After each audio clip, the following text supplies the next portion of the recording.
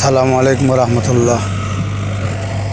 জামিয়ার মাদ্রাসার জন্য আবাসিক ভবন তৈরির জন্য ব্যবস্থা চলতেছে এবং মাদ্রাসার ছাত্রদের গোসলের জন্য পুষ্করিণী ব্যবস্থা চলতেছে।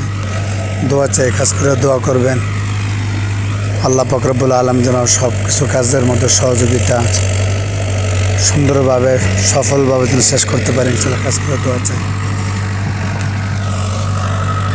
এটা পুরাটা আপনার আলহামদুলিল্লাহ একটা দিঘি হবে এবং ওই পাশেরটা মাদ্রাসা ভবনের জন্য ভালো করার চলতেছে।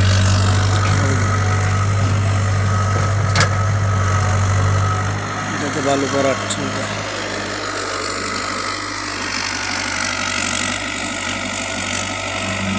এটা দিঘি, এটা পুষ্করিণীর জন্য ব্যবস্থা চলতেছে।